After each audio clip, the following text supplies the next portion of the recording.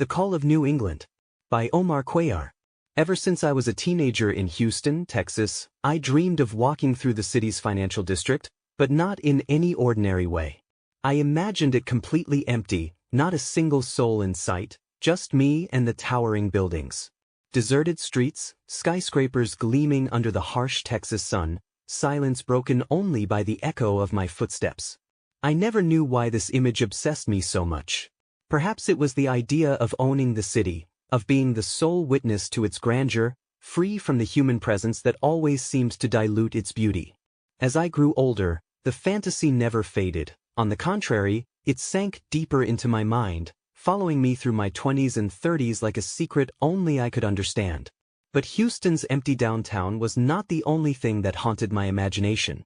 From adolescence onward, I began having lucid dreams, those rare dreams in which you know you're dreaming and can control your actions. In them, I always found myself exploring a different city, one that existed on no map, yet was more beautiful and exquisite than any place I had ever seen while awake.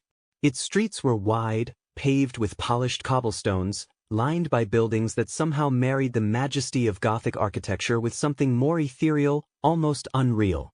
There was never anyone there, only me. I wandered its plazas, climbed endless staircases, touched marble walls that seemed to throb with silent energy. Every night when I closed my eyes, I returned to that place, and though I never understood its meaning, I felt at home. As the years went by, my life in Houston carried on. I worked in offices, had friends, fleeting romances, but always with the nagging feeling that something was missing, that my life was incomplete.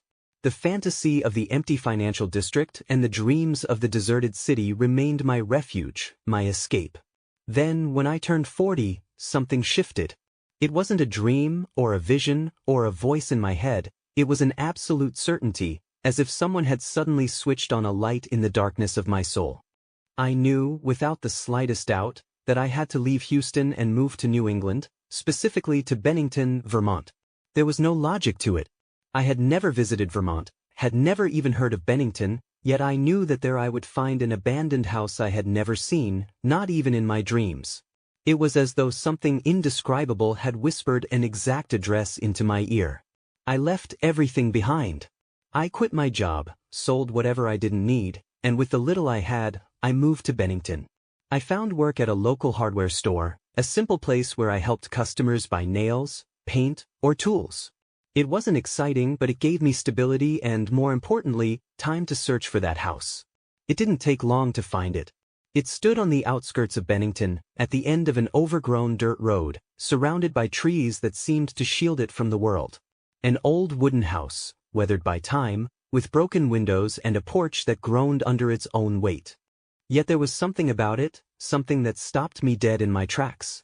Its beauty lay not in its condition but in its presence, as if the house itself were alive and watching me. I entered for the first time with a mixture of reverence and curiosity. The air inside was cold, thick with dust and the smell of rotting wood. The floorboards creaked beneath my feet, and the walls were covered in peeling wallpaper whose patterns seemed to shift in the dim light. I walked the hallways, climbed the moaning stairs, paused in every room, trying to decipher what had brought me here. There was no furniture, only remnants of a forgotten life. A shattered mirror, an overturned chair, a lamp without a bulb. Yet the house was not empty. There was something in its silence, a kind of whisper I couldn't hear with my ears but felt in my bones. I knew I belonged here, even if I didn't know why. From that day on, my routine changed. Every afternoon after closing the hardware store, I drove to the abandoned house. It didn't matter if it was Monday or Sunday, raining or snowing, I felt an inexplicable need to return. I walked its rooms, touched the walls, sat on the floor and watched beams of light filter through the cracks. Sometimes I thought I heard something. A creak that wasn't the wind, a murmur that wasn't my imagination. But I never found anything concrete. No ghosts, no visions, just the house and me. I would sit in an old chair I had dragged into the main room, staring at the water stains on the ceiling, waiting. For something. I didn't know what, but I waited. The years passed, and my life in Bennington became a quiet dance between the hardware store and the house. My coworkers asked why I spent so much time in such a ruin, but I could never explain. How could I tell them the house spoke to me without words, that it needed me as much as I needed it? Sometimes, while sitting there, I would remember my dreams of the deserted city and wonder if this house was a piece of that puzzle, a fragment of the dream world I had explored for so long. There were no answers, only the certainty that I had to keep visiting that abandoned house on the edge of Bennington, keep listening to it, keep watching it. When I turned 47, my body began to feel heavier.